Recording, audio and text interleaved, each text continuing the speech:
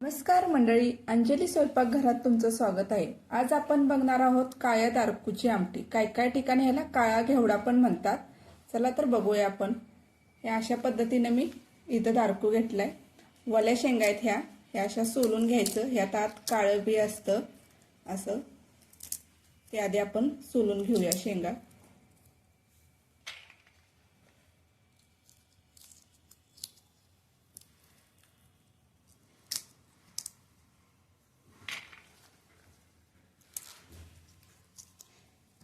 काय कवळे असतात त्यात हिरवे निघतात बी।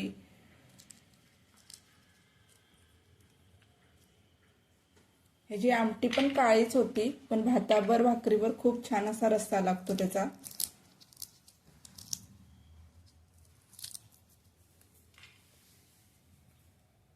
वला काळा घेवडा आपण अशा पद्धतीने सोलून घेतलाय सर्व। आता ह्याची मी तुम्हाला आमटी करून लावणार आहे। काळ्या घेवड्याची आमटी करण्यासाठी लागणारे साहित्य बघूया। त्यासाठी अर्धा चमचा हळद घेतले, चवीपुरतं मीठ घेतले, एक बारीक चिरलेला कांदा घेतलाय, कोथिंबीर घेतले, जिरे घेतले, लसूण ठेचलेला घेतलाय, लाल तिखट घेतले एक चमचा, कढीपत्त्याची पानं 5-7 घेतलेत आणि कूट घेतले उकळी आल्यानंतर टाकण्यासाठी।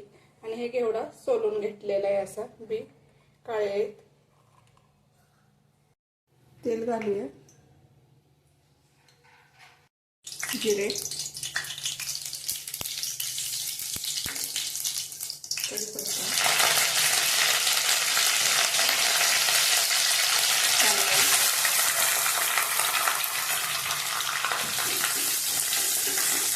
तेलात चांगलं भाजून घ्यायचा कांदा।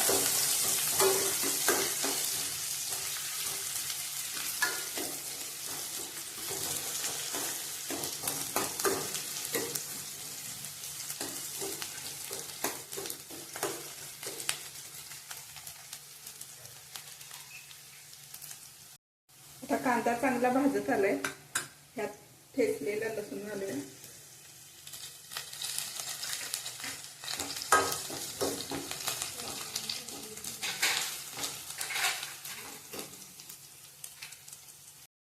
आता लसूण चांगला भाजला केला, हळद,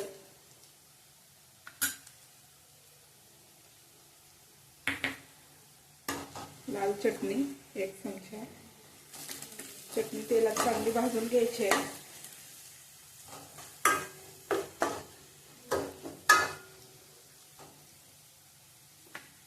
आता काळ्या घेवड्याच्या तेलात चांगल्या भाजून घ्यायच्या।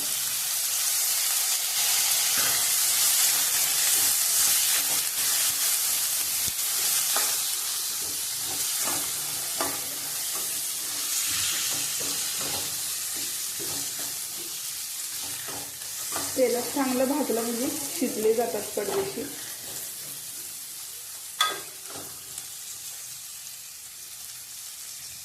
चवीपुरतं मीठ टाकूया,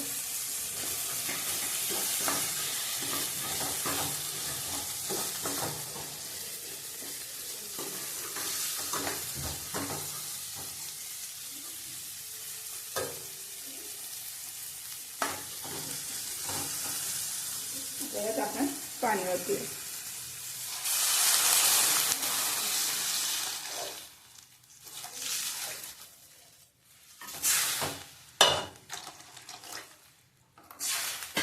एवढं पाणी पुरेसं आहे।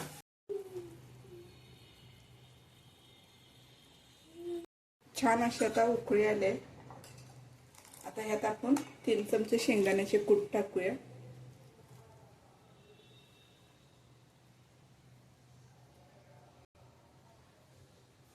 चांगलं एकत्र करून घ्यायचं आणि परत स्लो गॅसवरती 10 मिनिटं शिजून द्यायचं।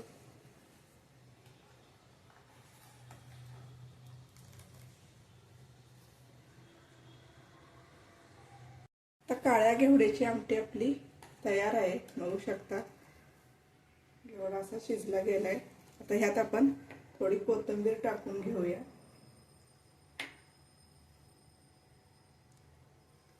कलर पण बघा आमटीचा काळा असा आलाय। आता गॅस बंद करायचा आणि एका डिश मध्ये काढून घेऊया।